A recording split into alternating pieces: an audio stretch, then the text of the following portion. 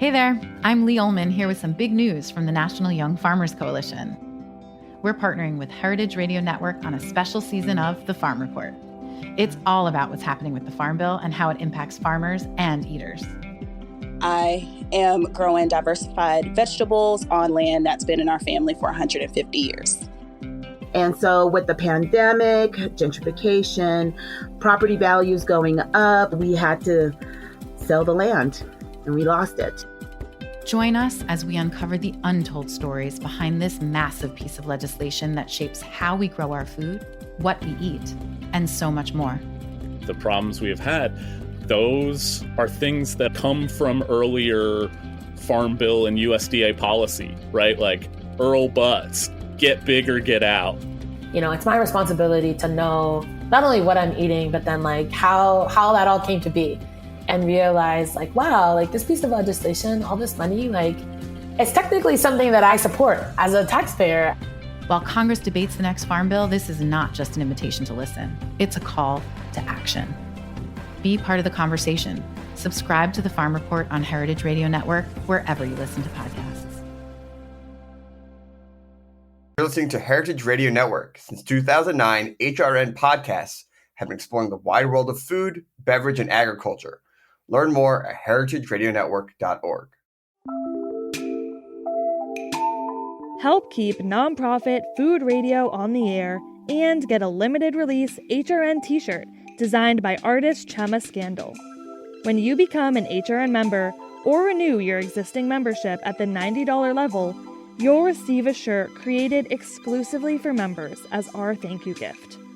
Don't wait, because this limited edition t-shirt is only available until December 31st. Go to heritageradionetwork.org/donate to support HRN at any level. There's more swag and benefits available for any tax-deductible donation. You can even get your company on the HRN airwaves as a perk of our business membership program. Head to heritageradionetwork.org/donate. We talk about food, we talk about music, with musical dudes, finger on the pulse, snacky tunes. Hello and welcome to Snacky Tunes. I am your host, Darren Bresnitz. We are so excited to end this year, 2022, with an all-new episode.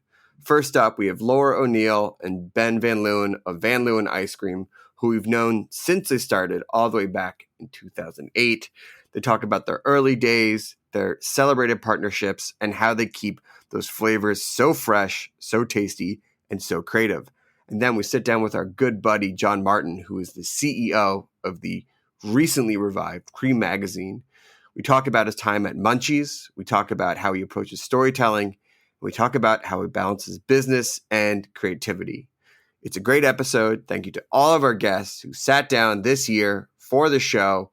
We're looking forward to bringing you new episodes in 2023. Thank you to Heritage Network as always. And here we go. Please sit back and relax for Snacky Tunes here on Heritage Radio Network.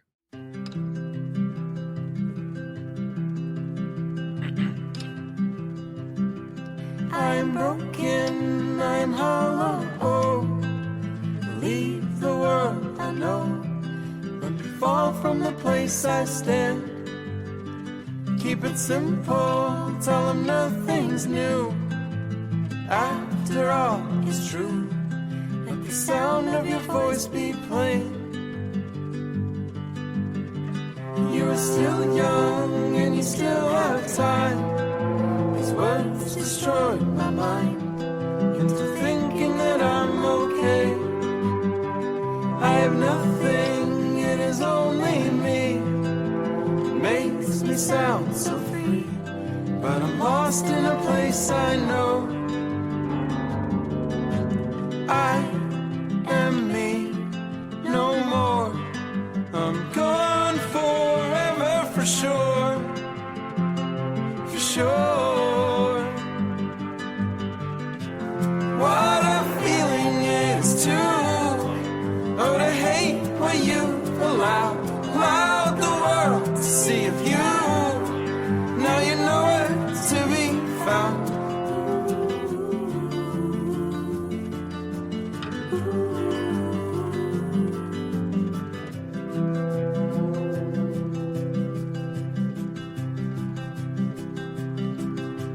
chest sing, put your eyes sing too. Let the world pass through till you find what you can let go. And let the streets die, let the rest go home. Let me be alone with the songs that I just can't sing. I'm sorry, this is so not me. I know how it must seem when you can't even fake a smile. And if it's over, I'm not aware. I struggle and I stare, and I talk to myself all night.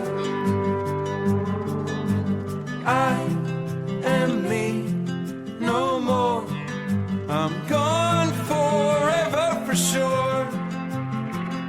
For sure. What a feeling it is to to hate what you allowed the world to see of you. Now you know where to be found.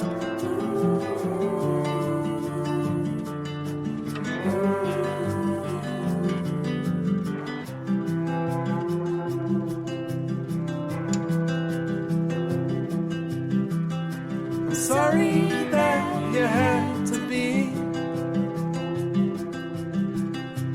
from a place that I could leave.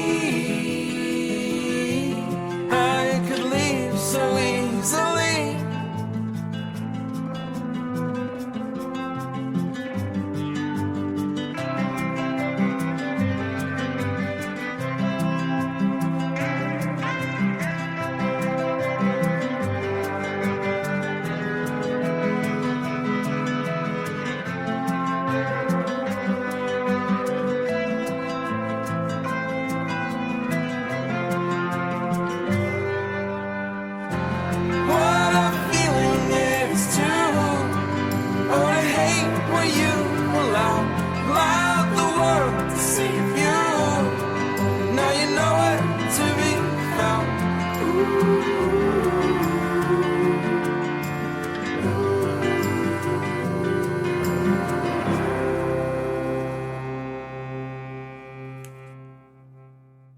Laura and Ben, welcome to Snacky Tunes. Thank you so much for sitting down chat with us. So excited to see your faces and to hear your voices. It's good to be here. Nice to see you, Darren. Laura, actually, it should be more welcome back to Snacky Tunes because, and I think I have this right, you are the first musical guest to come back as a food guest because you and your partner, Greg, performed back in 2015 with, I think Cherry Bomb was the food guest and you guys performed with Laura and Greg. How are things going with the music? How has everything been since we last sat down to chat? Wow. Well, I'm honored that I get that title. Everything's been good. I'm living in LA now, and unfortunately have not played a show since we moved to LA. But life changes, pandemic, babies, running an ice cream biz. But still love music. But yeah, not doing so much with it now. I mean, the music changes. I think this was the first year in like 3 or 4 years that my Spotify Wrapped actually reflected my musical taste and not like Pink Fong or Dan Brown or Disney princess music. Oh, wow. Yeah, mine was, my second one was Encanto. And I'd like to say that's because of my daughter, Rada, but actually, like, I really dig that soundtrack. Yeah, I think I'm like kind of forcing it on her. She doesn't care that much. Yeah. You're like, sure you don't want to hear the outtakes from Frozen 2 soundtrack? It's so good. Lynn is so good. Ben, welcome to Snacky Tunes. So good to have you on the show. You know, I used to see you when we were all running around at parties and in New York and in the mid-aughts. And, you know, one of the things I've really loved about your brand is your willingness to take risks and the creativity. And something that I found sometimes that is rare in artisanal brands, especially the ones started when you did, is your willingness not to take yourself too seriously. You know, the product is really good, but you still have a lot of fun with it. Have you seen these elements been a secret to your success? Is there something else that keeps the ice cream on the shelves? Well, I mean, the not taking ourselves too seriously is it's cool that you perceive that, because I think that's just a part of who we are. Like we love food, but we're not serious about food because it's just food. I want every single meal I have every day to be as yummy as it possibly can. But at the end of the day, like, I'm not curing cancer, I'm not a rocket scientist. So like, if it's not fun and you can't approach it with like a lightheartedness, then you're in the completely wrong business. So I think probably taking that kind of lighthearted approach, but still a diligent approach to like problem solving, of course. which, overcoming challenges. I really think that's what, as long as you have like an idea that's pretty good, I think that's what makes or breaks a business.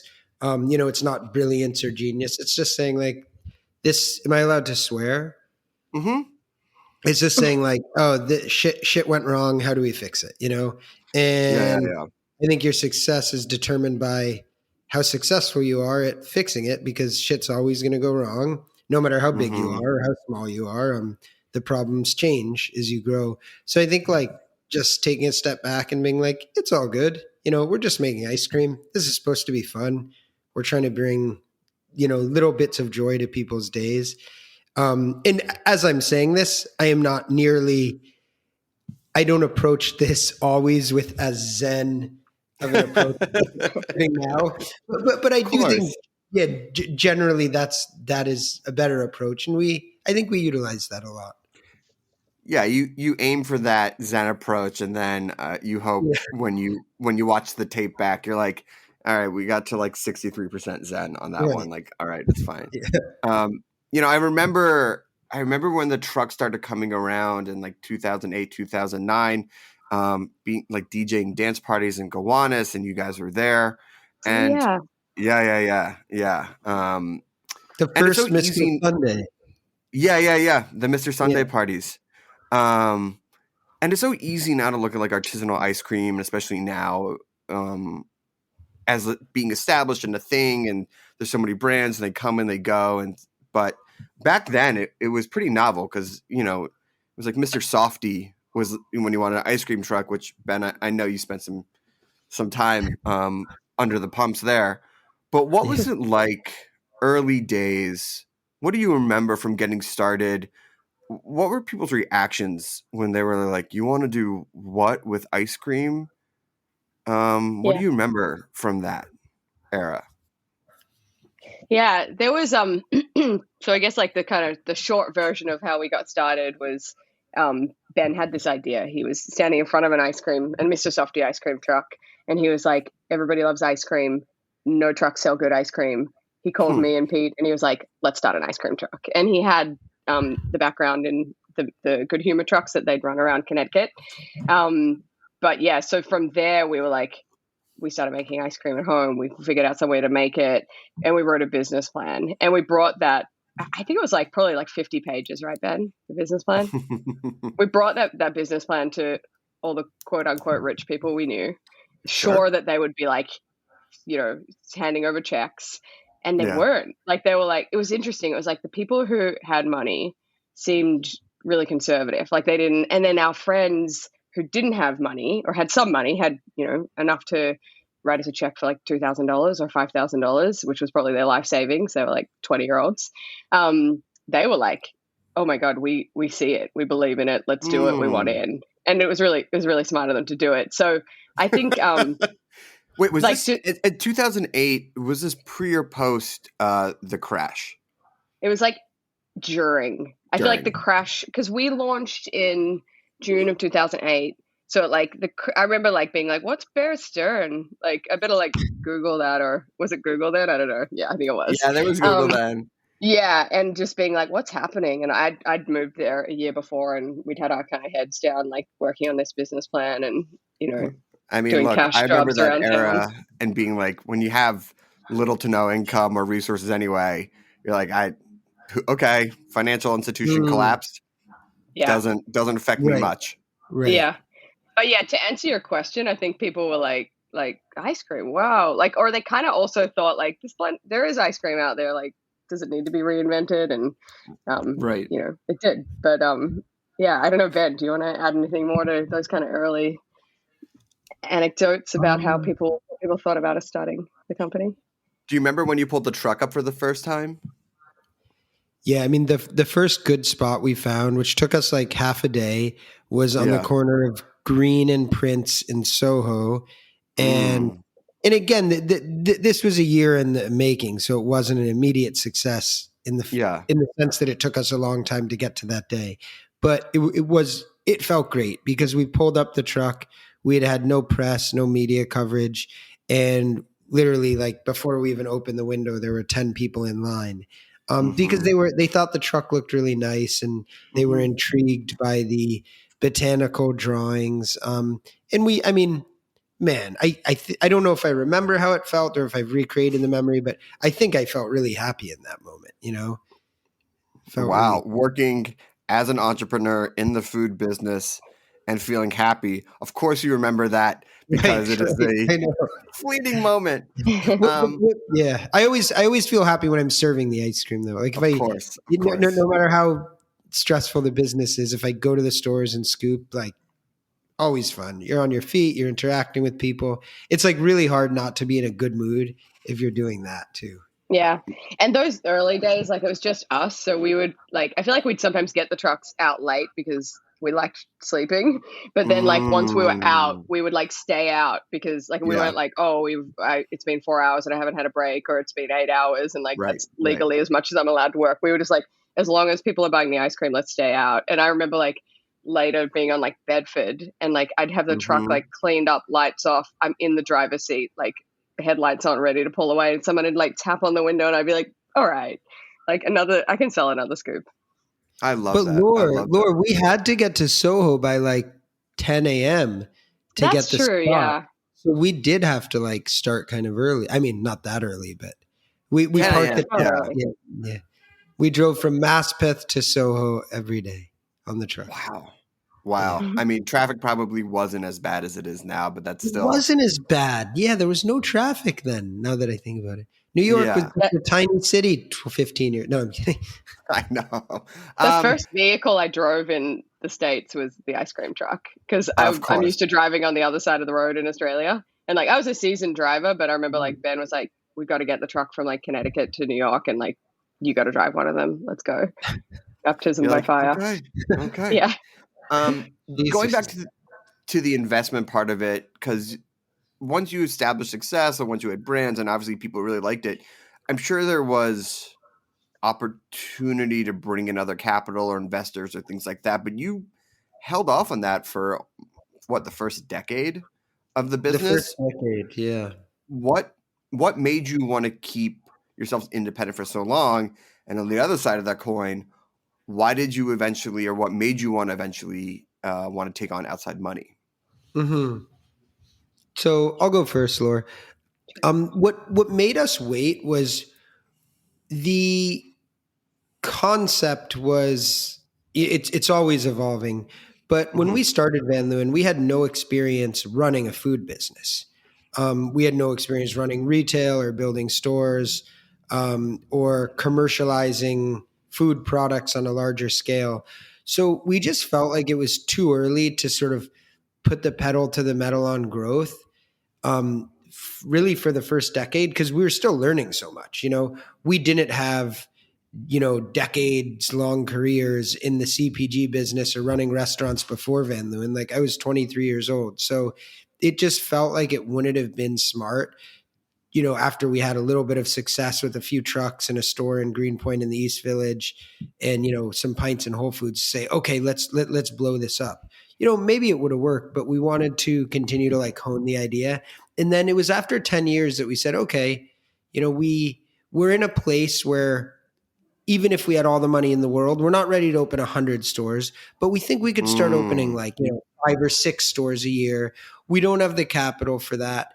And then we also wanted to bring in people who had a lot more experience than us. And we didn't have the capital to do that. And also it was really stressful. Like we managed for the first decade, somehow, like we grew a little bit. we didn't run out of money, but we were not rolling in dough, and it was always super tight in the wintertime. So a big part of it too was just like trying to prevent that sort of financial stress, because financial stress is so shitty feeling. It is for me, it's like one of the worst feelings ever. So I was like, 100%. I am with you. Yeah, it was like a little bit of dilution. I'm totally fine with that if I'm going to sleep better at night. And I think it allowed us to build a really great team and grow faster. Yeah. After you've maybe established yourself and you're like, you can't push me around with your money because I've been doing it for 10 years. And I know what works, what doesn't work, at least at this level. Yeah.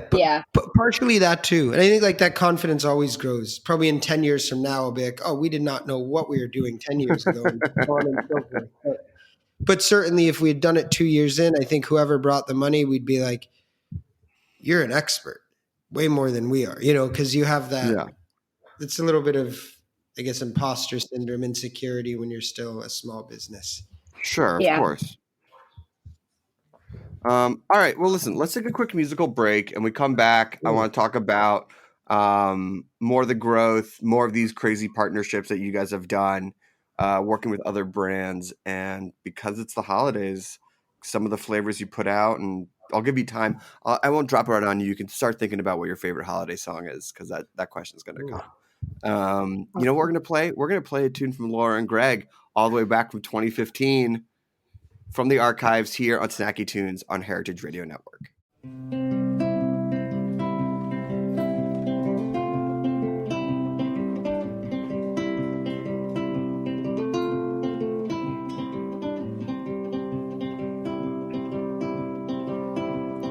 We took a breath from the same world.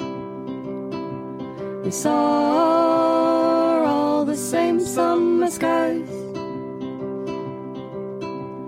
We took a breath from the same world and got lost in the wonderful times. I stood in front of my old home. I searched my mind for tired advice. I let the death from the ground grow. I let it all go. I don't have much, but I have enough. So don't feel so crushed. You still have love.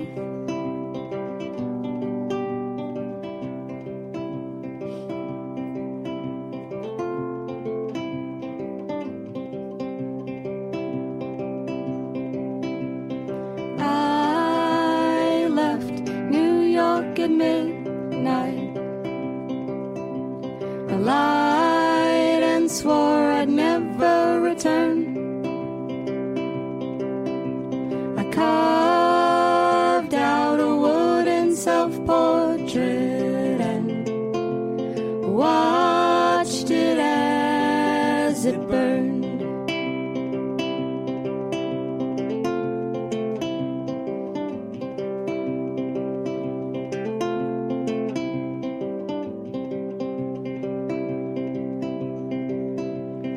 I thought I'd walk on the wild side, and I thought that I'd take a chance.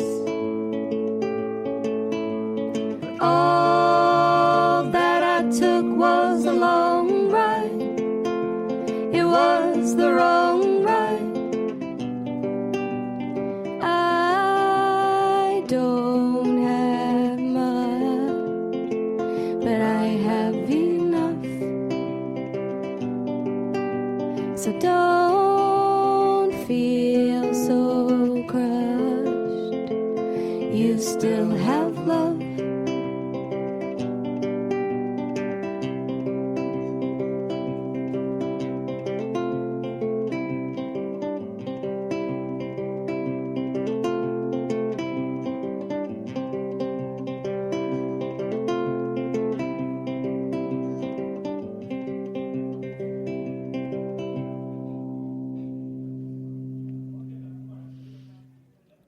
Laura, that brings me back to the shipping container.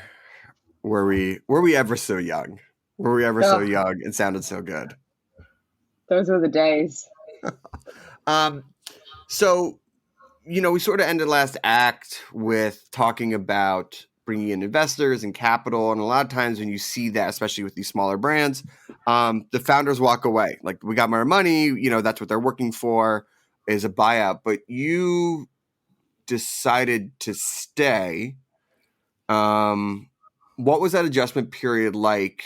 And what have the last few years of growth been like now that you have outside capital, but also influence, voices, and also guidance? Yeah. So we've only taken minority investments. So there wasn't an opportunity to be like cashing out and be done. Nor was that what we were looking for. Sure. And nor was that what the investors who were interested in Van Leeuwen looking for. I think they were, they see that like me and Ben and Pete and our team, like we are the brand, and we're still, there's so much growth ahead of us. So it's not the time for somebody to kind of come in and just do it their way. But yeah, things have changed. We only want to work with people we like. So we take our time with who we let into the sandbox. And then I guess the things that have changed is, and this sort of professionalization has happened not only like just through like investors coming in, but through like the team that we've built.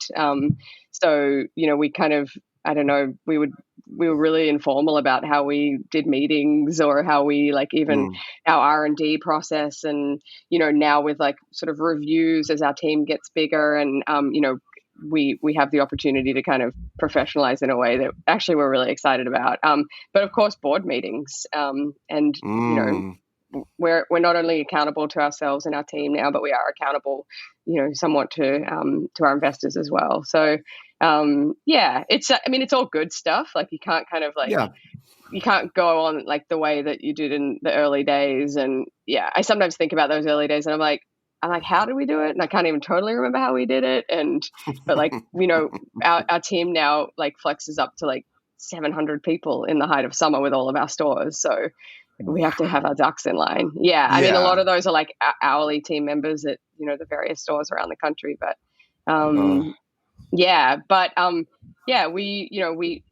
it's like our goal to work with people that like us and love the brand and also can like bring something to the table, but not tell us how to do it. Cause like they've invested in how we do it and what we are. Yeah. I mean, you also see a lot of brands, and it's interesting to hear a brand of your size and your reputation only take on minority investors, because a lot of times you see these big companies see a great brand that's smaller, that's maybe has higher profile ingredients or better quality ingredients, things like that, and it's like, we'll buy you and we'll turn you out or flip it like that. But not only have you guys not been taken over or bought out by those guys, but you've actually partnered with some of them to create flavors. Obviously, like the Kraft mac and cheese and the Grey Poupon, which is interesting because they have their own, like, I'm sure if you look at their stable of brands, they could have done that sort of collaboration or that sort of promo with an in-house artisanal brand or something that the world thinks is artisanal. So why do you think these large, huge food brands have come to you to work with you on this? And then how do you work with such a behemoth and say, like, I get what you're trying to do, but here's how it's going to still be a Van Leeuwen type of creation? Dan, you want to take this on?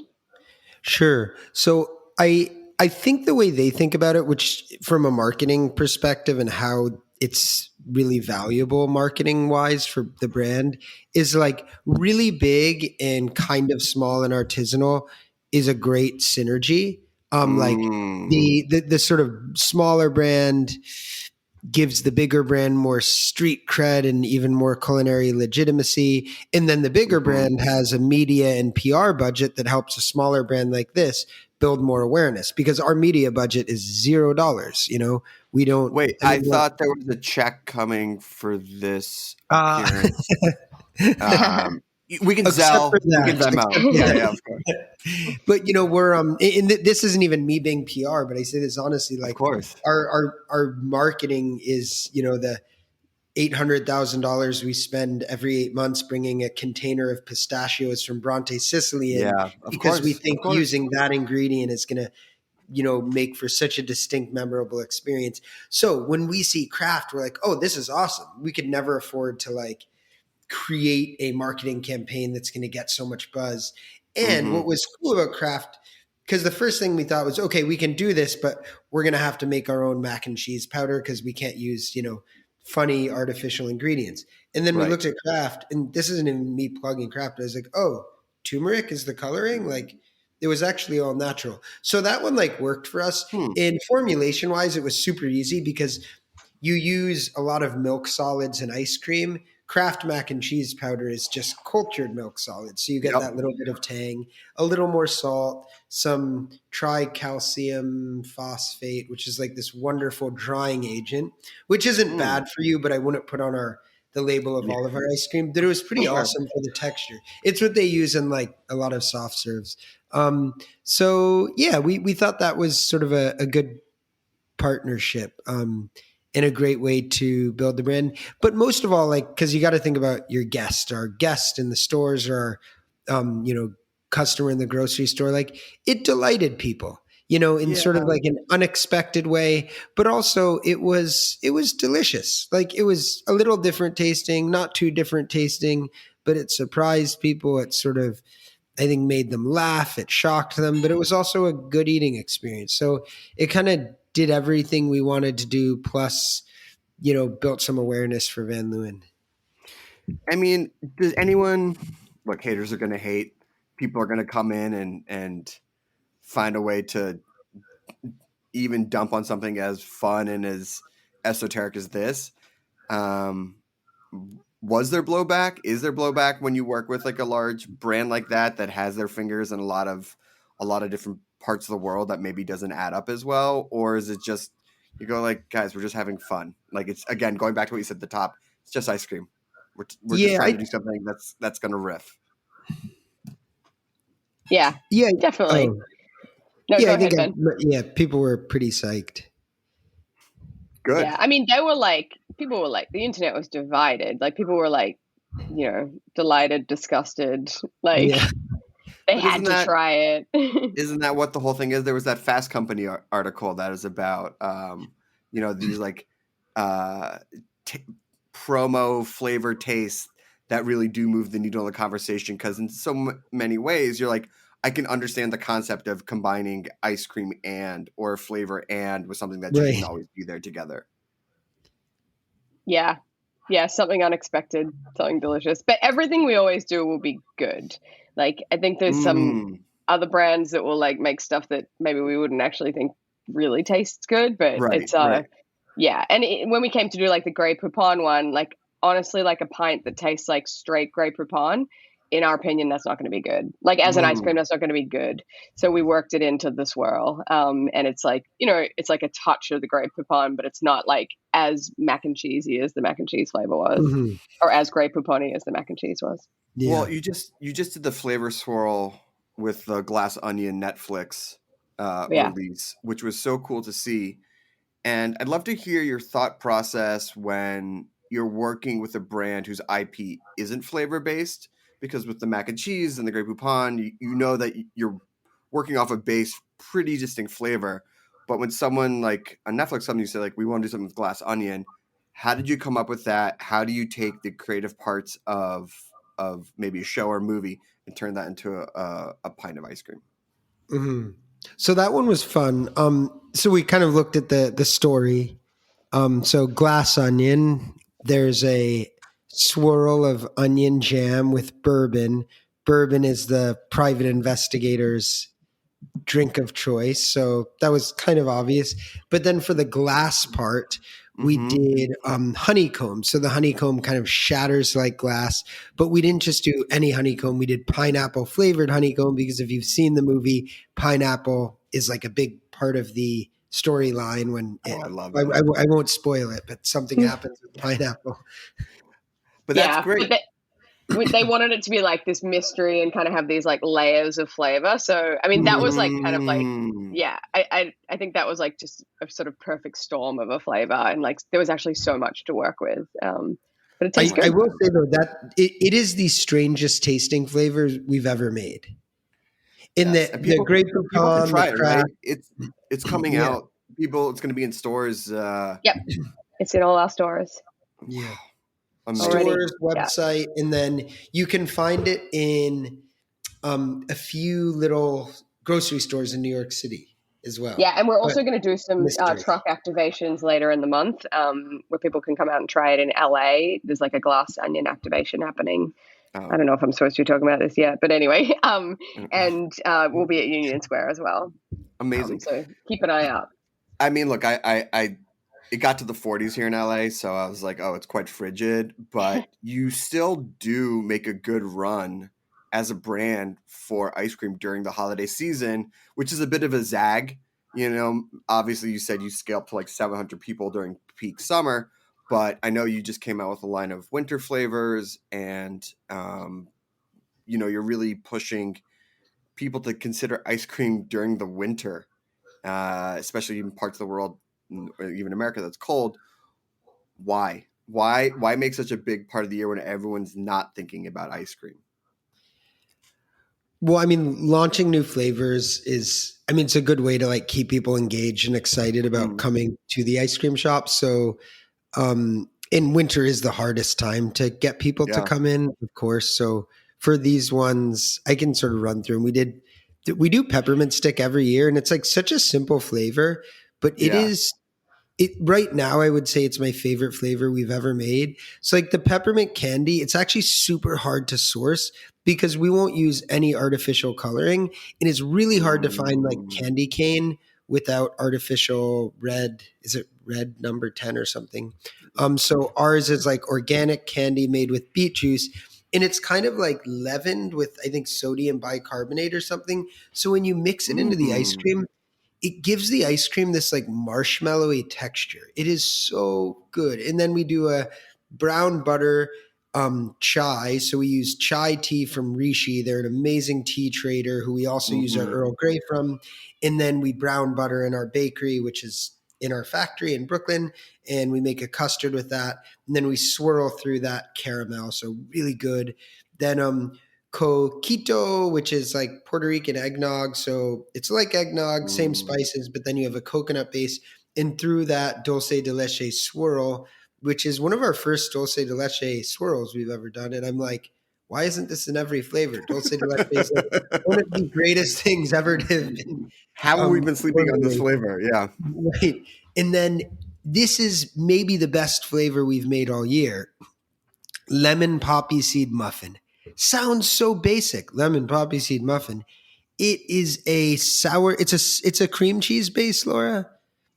A cream cheese base, lemon muffin pieces, and then a lemon and poppy seed curd swirl. It is really tasty. Really and then beautiful. for our vegan friends, we did a gingerbread vegan ice cream. Very yummy. I love it. Coconut oat cashew base with some cocoa butter in there to give it more lusciousness. So those four are going to be around all winter, but the peppermint stick is just December. So people have got to come in and get it. We're doing like milkshakes, sundaes. So good. But Darren, you were asking about like the just I guess on flavor development in general. Like it's taken us such a long time to kind of hone how to develop things that we know people are going to want to buy and eat. Because it's not about like I always use this example, but like the wild Himalayan licorice flavor that I made 13 years ago that, I think I made 6 tubs of, and we sold half a tub in 6 months. Like it's about making stuff that people just want to buy. Yeah. I mean, at the end of the day, you got to move pints and they got to sell no matter how fun they are. But I imagine much like, some breweries, you probably have some like special pints at certain locations where if you know when to go and where to go, you can be like, oh, they definitely tried something here. Yeah. So as you look to the future, as you continue to expand stores. I know you're going to different cities and stay committed to artisanal ingredients. What does growth look like for you? Because a lot of the times the first step is when you really grow is you start saying like, we will use artificial colored candy canes. We'll start making those little cuts here and there. And then, that's when things start to change. How do you grow, stay true to the mission? And then is there ever a point where you just go, we're going to just sort of change what the mission is and become a different company? Well, I think one thing we have going for us is ice cream scales really well.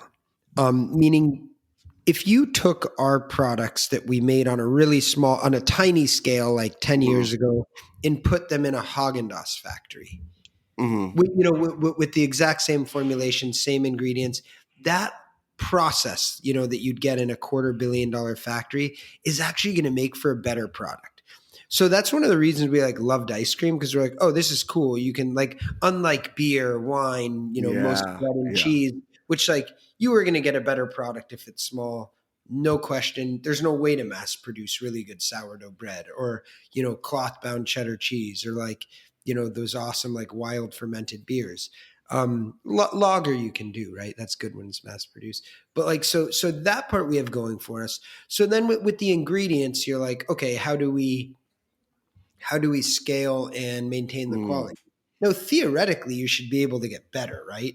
Because you're like, if we're bigger, we're buying more, so we'll be able to buy more chocolate that's the same quality for less, or buy even higher quality chocolate for less. Now that's theoretically. I think in practice, it is harder to do. So one of the things we changed over the last 5 years is we went from using Michel Clazel chocolate, which I love Michel Clazel chocolate. It was then it was $13 a pound. Now it's probably $17.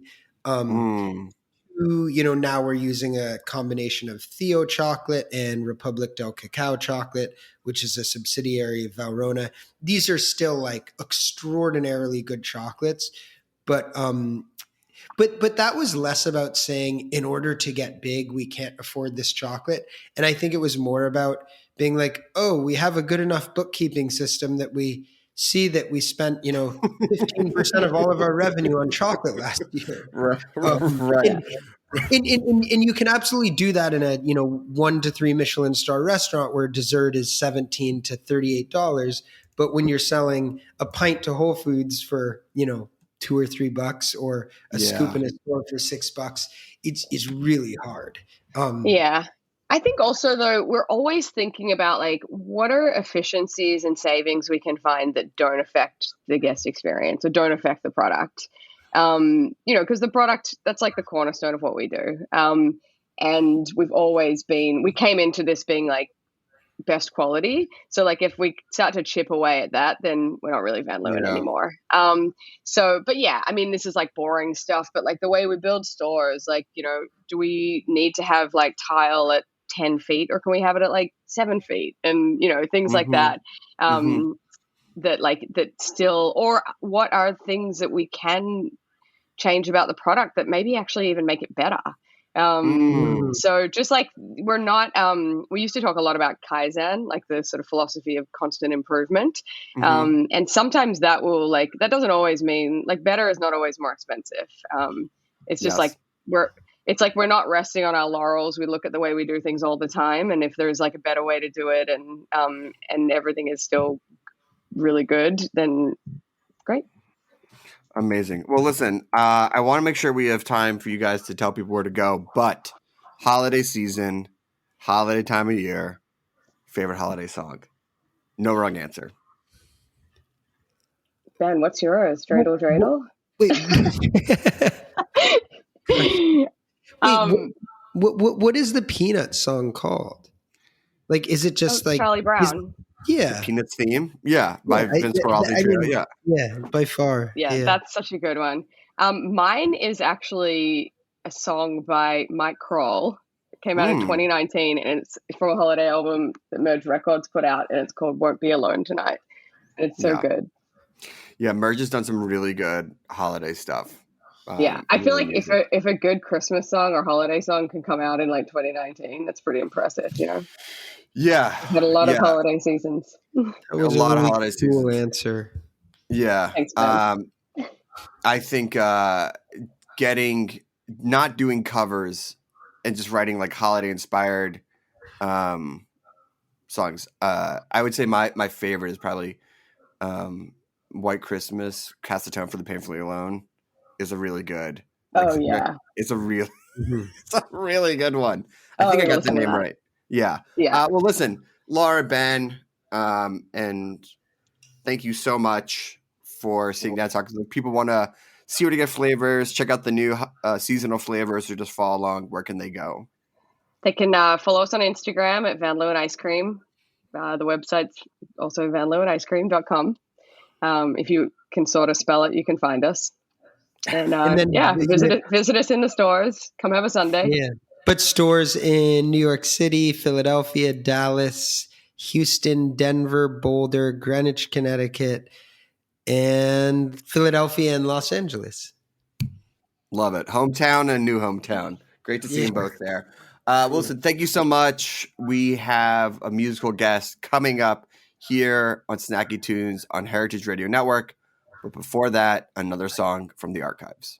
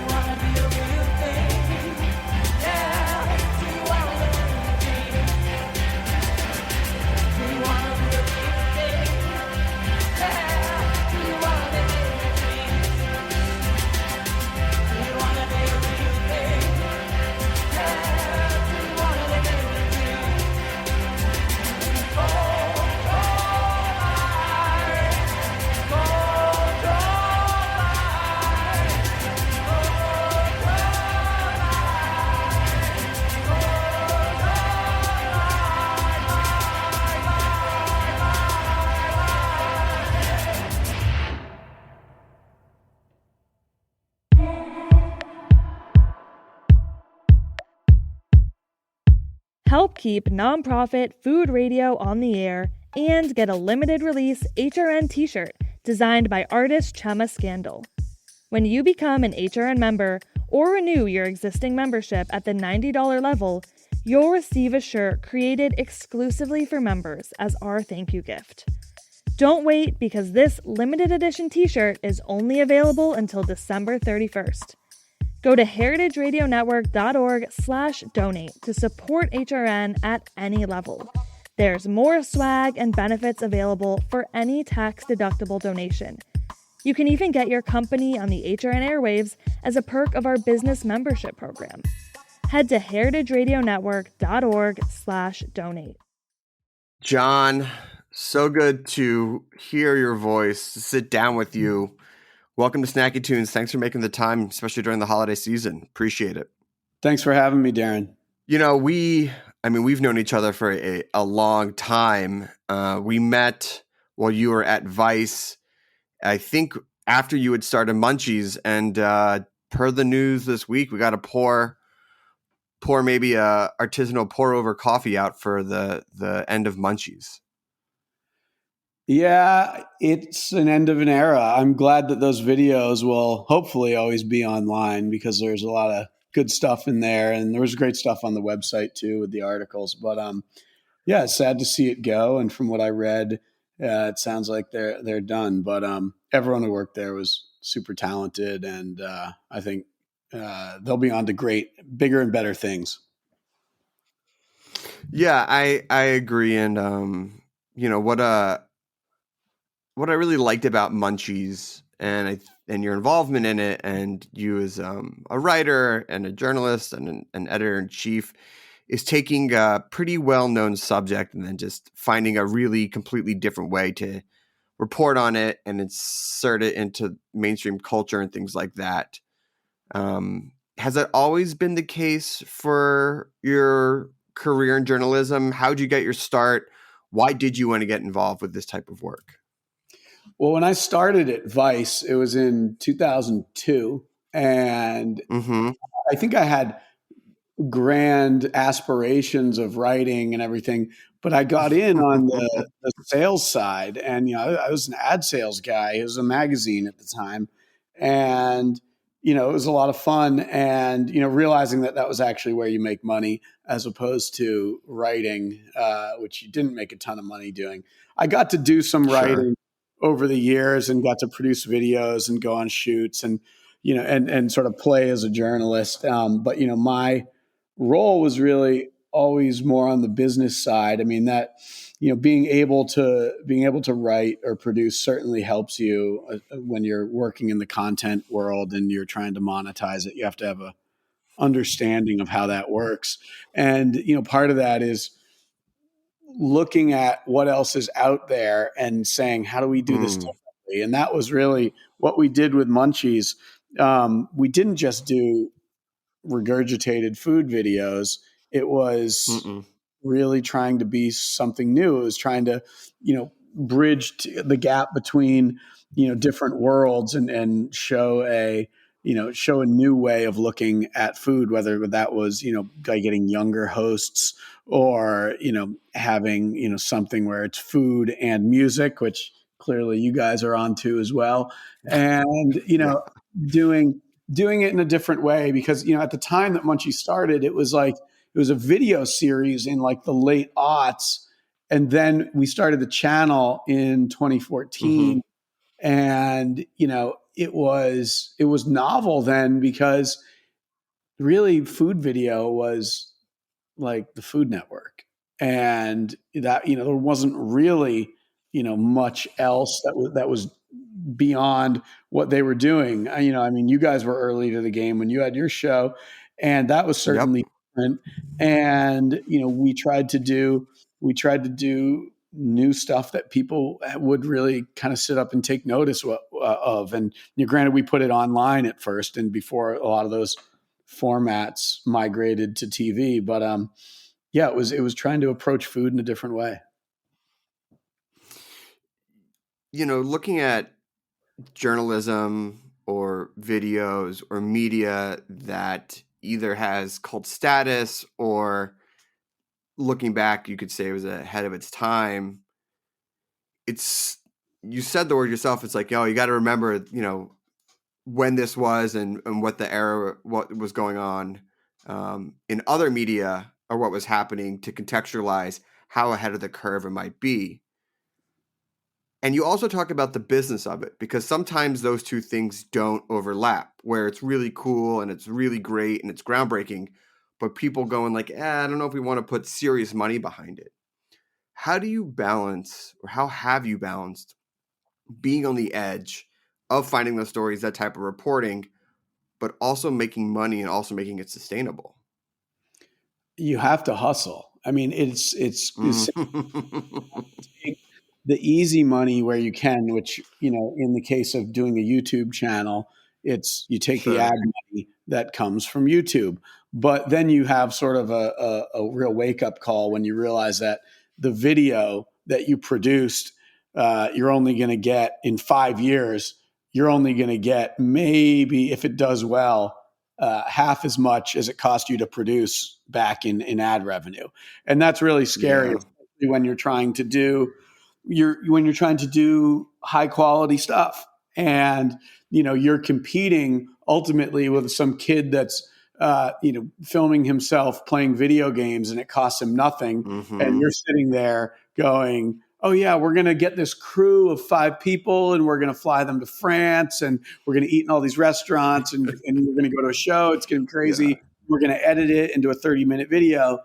And it's a fundamental problem with the industry because the CPMs are not all that different from the low quality stuff to the high quality stuff.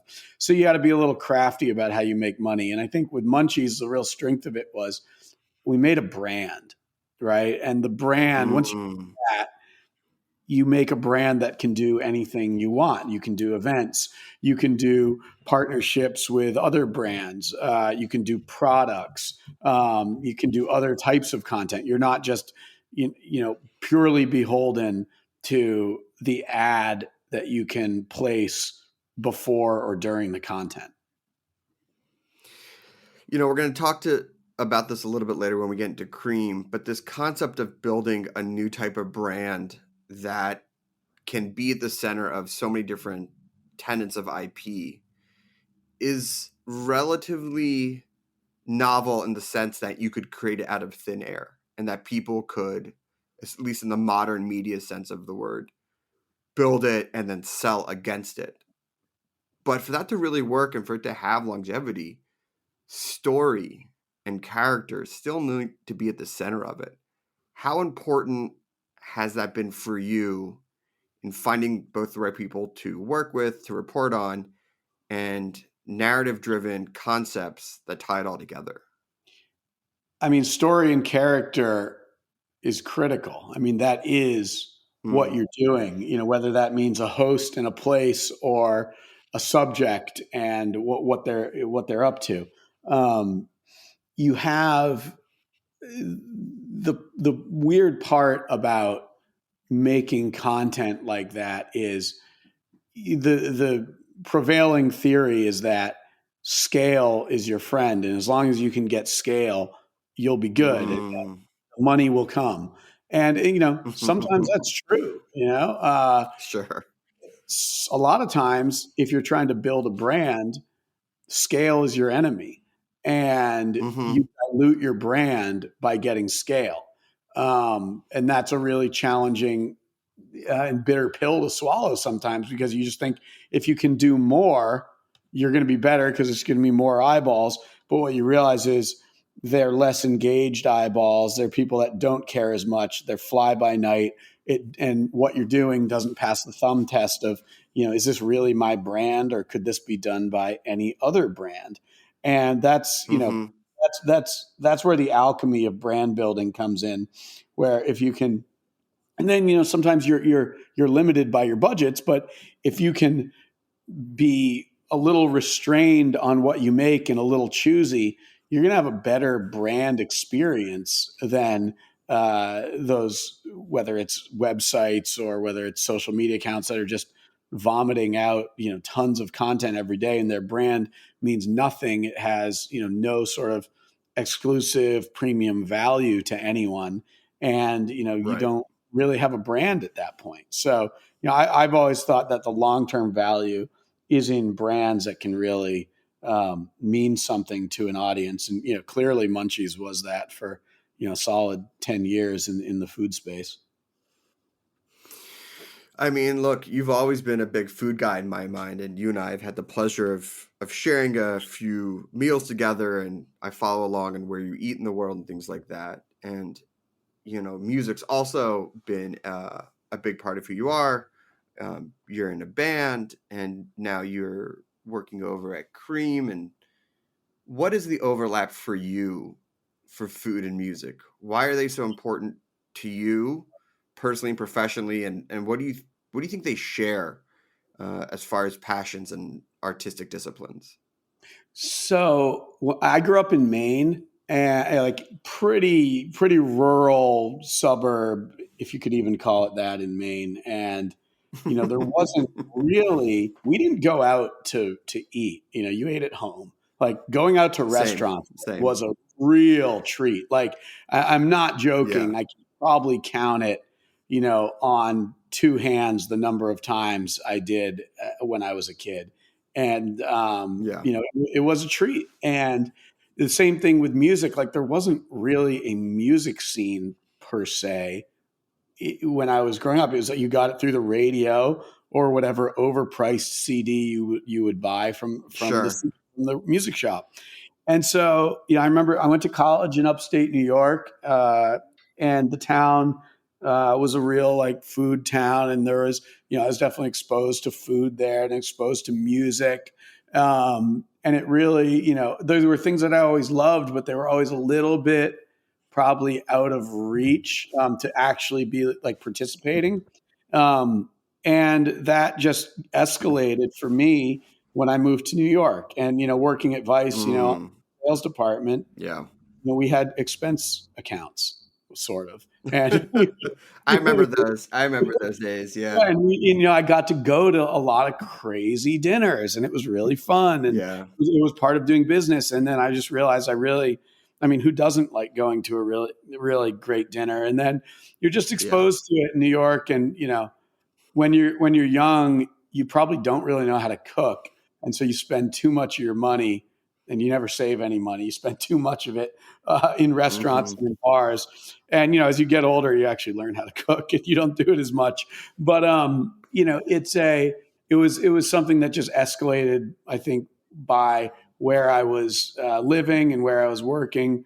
And, living in New York in your 20s, if you're not going to shows, I don't really know what you're doing. And maybe you're in the gym all the time. But Agreed. For me, I couldn't really get away from it. And it was kind of the fun part of spending my 20s and my 30s in New York. Yeah. I mean, the time, and we overlapped and we're at some of the meals together. But what a time. What a time to experience and see the overlap of those two and be a part of what behind the scenes was and making it happen as well. And then reporting on it. Yeah, for sure. I feel like we lived the bubble, or we at least experienced the bubble. We did. I think we did. I think we touched the sky a little bit, if you will. Yeah, there was a bit of probably a bit of Icarus in there, but it was a really cool time. And I always thought the whole chefs are the new rock star thing is a little ridiculous and overwrought. Agreed. It was the fundamental problem with that is it encouraged sort of like bad boy behavior, I guess, but also the fact that a chef has to make a plate of food that really one person eats, whereas there's no like mass distribution system for that plate of food. Whereas music, you record it, you put it out there. And, maybe, Munchies, being that we sort of humanized chefs and were able to at least show that lifestyle, we played a big part in promoting that like chefs are rock stars kind of mentality. But, that narrative I think is a little ridiculous, and it's fundamentally like you want to be in a restaurant with a small amount of people and get a really good experience, and those are the best culinary experiences when you're like, this is something really, really special. And I think like that is if the journalism that Munchies did shined a light on new experiences and new people who deserved a spotlight in the food world, then I think mission accomplished.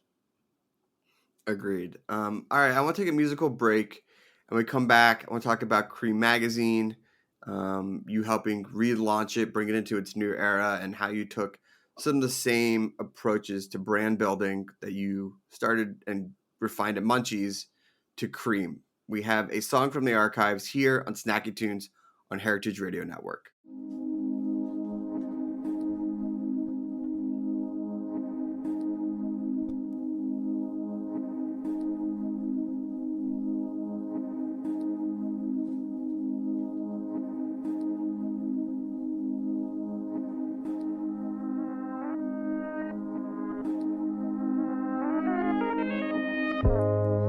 Hold on to me and tell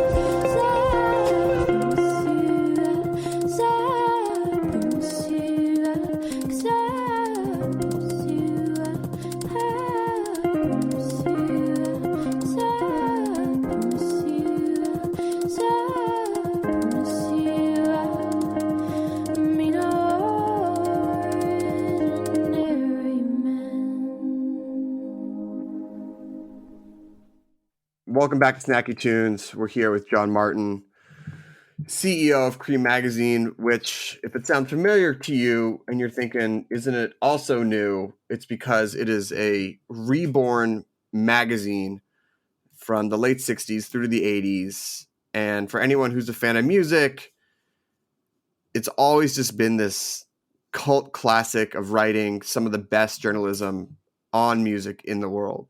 When did you first hear about CREEM Magazine? At what age? And what did you know about his reputation? So I was born in 1979. So I would have been 10 years old by the time that CREEM was on its last legs. And I definitely remember it, like seeing it in yard sales or at newsstands. And it was a thing, right? It was in the sort of the 80s the 80s sort of toned memories that I have. I always remember CREEM was associated with rock and roll, but I was just too young to kind of get it. And it was always stocked with the porno mags, so I wasn't really allowed to pick it up at the newsstand. And it probably didn't get widespread beyond the music world notoriety until Almost Famous came out, because it was the Philip Seymour Hoffman played the Lester Bangs character. Lester was an editor at CREEM and probably the most iconic music journalist of all time. And he was a journalist in the late 70s and or mid to late 70s at CREEM. And that really put CREEM on sort of the pop culture map for a new generation, of which I was a part of.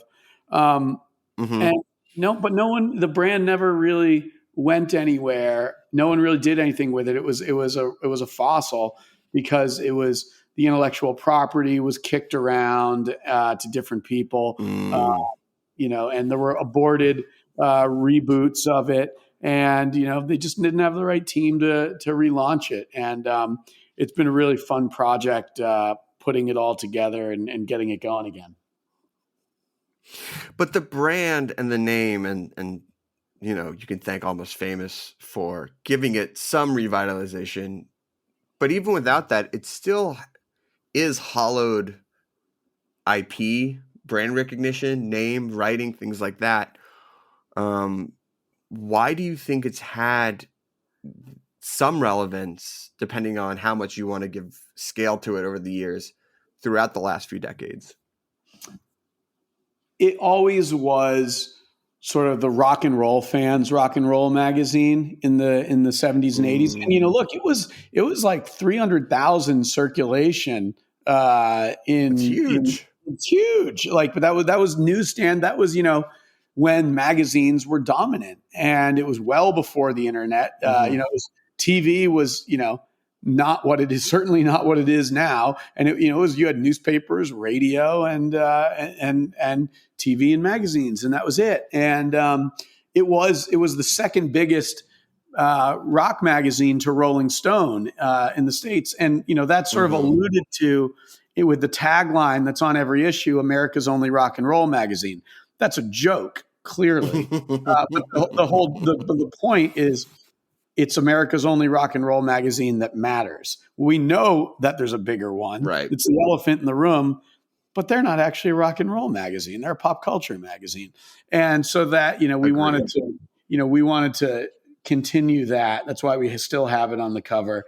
And, because we know that there are other people that do talk about rock and roll out there. But we want CREEM to be the first and last word on anything important, really being the only rock and roll publication and brand that you need to love. So when this new rumblings of relaunching the brand after a few failed attempts over the years finally hits your ears, what were those conversations like? How seriously did you consider them? And how excited were you to get your hands on an already established brand, something that you weren't going to have to build and create from the ground up? So long story short, it was Fred Pissarro and I were talking about doing a rock and roll festival in New York, and we were like, "There's no good rock festival for our type of music." Fred was doing a lot of events, and I said, "Look, I think I could help package a festival and bring some sponsors in and do something really fun." Then COVID hit. I was really sort of bored at Vice. Everything comes to an end, and it was sort of a long, drawn out end for me before I finally parted ways with Vice, and had been thinking about sort of niche publishing, and had seen some success with some friends of mine who do a publication called Mountain Gazette, which is basically an outdoors magazine that was, had Edward Abbey, Hunter S. Thompson writing for it in the 60s and 70s. He bought the rights and relaunched it, and it's like a biannual, and does really well with it. And I said to Fred, "Hey man, like we should do this with one of those dusty old rock mags. Like, let's see what's out there." And CREEM was always the best of those. There was like Circus, Kerrang, Hit Parader. CREEM was the coolest though. CREEM was also the only one not mentioned by Axl Rose in Get in the Ring. It was I hit up JJ Kramer, who I looked him up on LinkedIn and saw that he said he ran CREEM, and I hit him up. I had seen the documentary that came out, and I said, "What are you doing with CREEM? It doesn't seem like you're doing anything with the magazine. Why don't you give it to me? I'll do it." And he said, "Well, I can't give it to you, but maybe we have a conversation."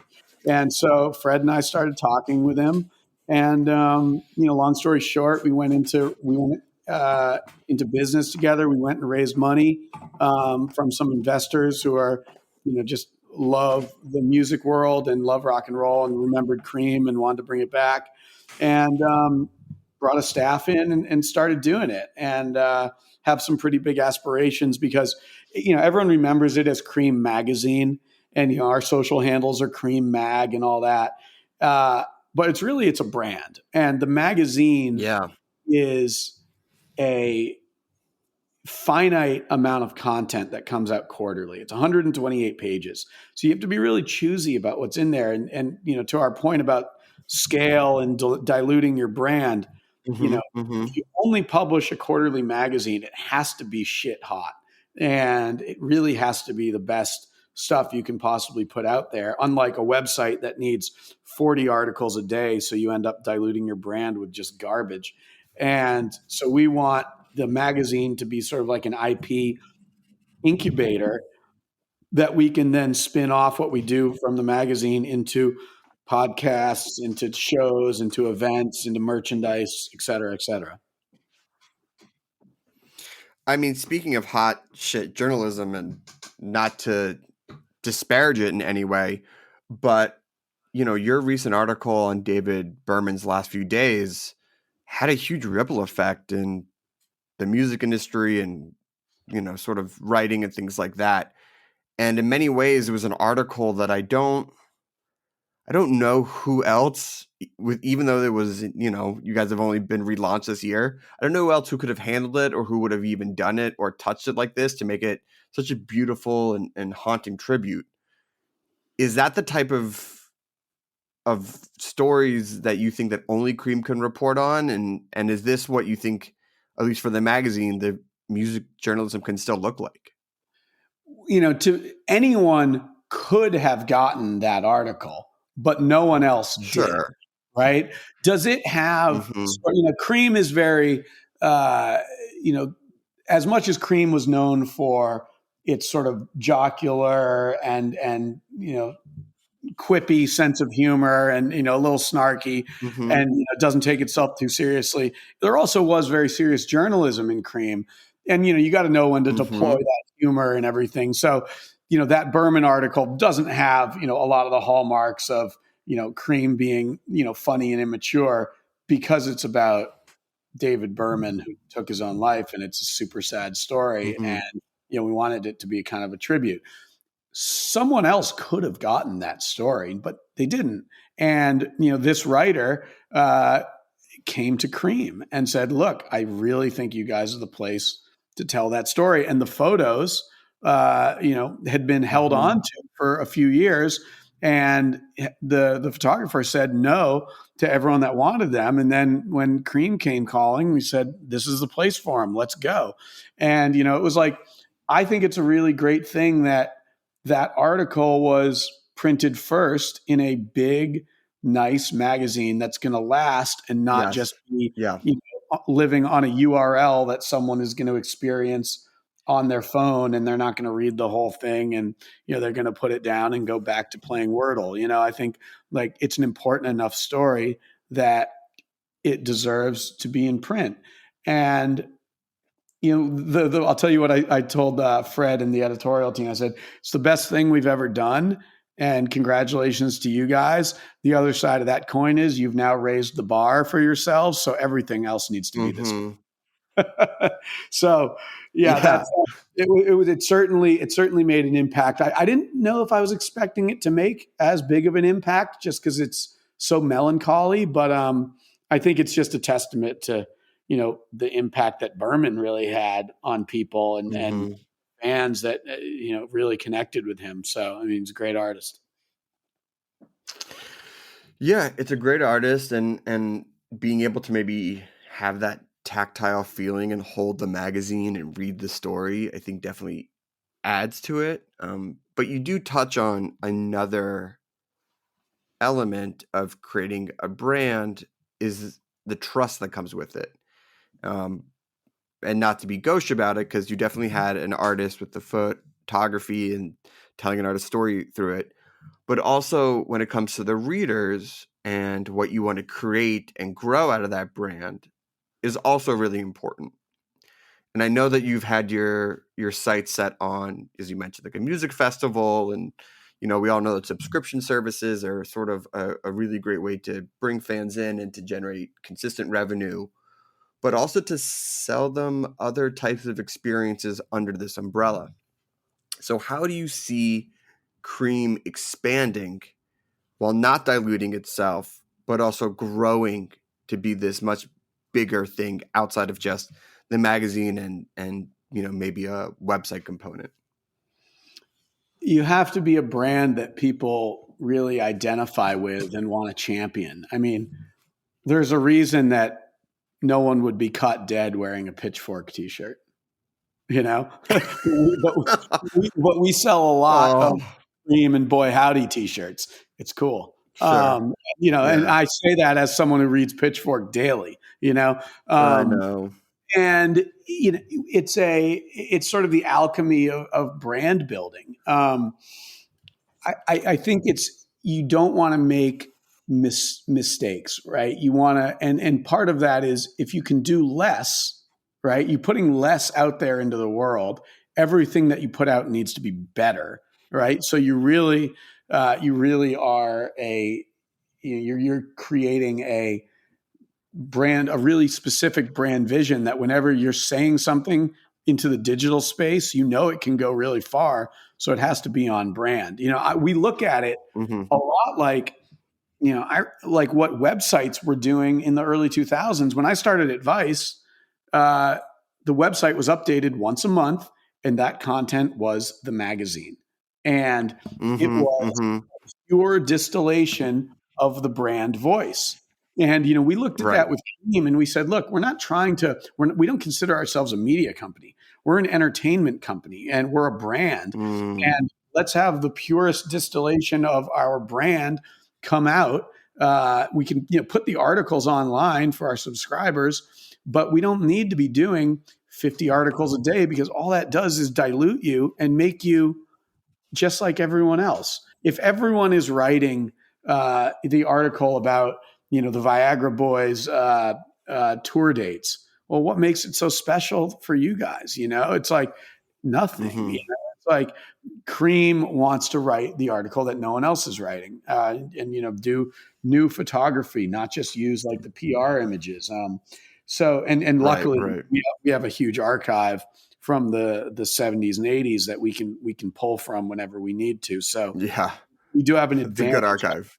It's a really good archive, and it's funny because we've seen like the number of page views that people are doing online. It's like something like 9 or 10 is the average page views on our site, which is purely people flipping through the archive. And that's very cool for us. And we're not a digital media company. We don't take advertising on the site. It's just like, that's not a game that I really want to play because we're never going to win. We're not, it's like you don't launch your own website to be an ad supported brand right now. It's just not, it's not in the cards. You're not going to be better at targeting a demographic than Facebook, right? A lot of brands do not spend their money directly with publishers anymore. They know they can buy your sites, on the like an auction service, or they can just target your audience via Facebook or Meta or whatever. And so we said, screw it. Like, let's not worry about the number of viewers on our users on our website. Let's worry about selling subscriptions, bringing people in to our world, and then showing them that we are the best rock and roll experience. And that means, you sell them a subscription. Hopefully they'll like a T-shirt that we make someday when we have a concert. Maybe they'll buy a ticket to that. Let's get them, let's do a podcast. Let's do a show that they're going to watch. We should be the place that they go for rock and roll content.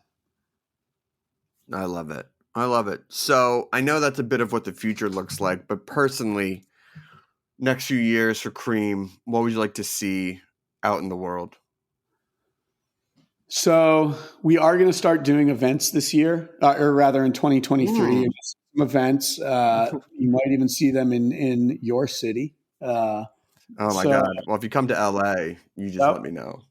Well, you'll get an invite, and so we're going to do some of it. We're going to do some smaller events that will ladder up into something bigger down the line. You'll see the magazine obviously continue publishing. You'll see some new video franchises premiering on our various social media channels, and maybe some audio projects that are coming down. So it's going to be an exciting year, and we're just really excited to be telling the rock and roll story. And I think that's why everyone comes to work every day. Is it's fun working in the rock and roll world. I love it. Well, John, thank you for spending the morning with us. We appreciate it. If people want to check out the magazine, where can they go? Where can they follow along? Where can they be a part of the community? To check out the magazine, you can go to creem.com or follow us on socials at CREEMMag. Sweet. Well, John, thank you so much. Really appreciate it. And looking forward to checking out your events when you come to town. Thanks, Darren. We talk about food. We talk about music with musical dudes. Finger on the pulse. Snacky Tunes. Snacky Tunes is powered by Simplecast. Thanks for listening to Heritage Radio Network, food radio supported by you. Keep in touch at heritageradionetwork.org/subscribe.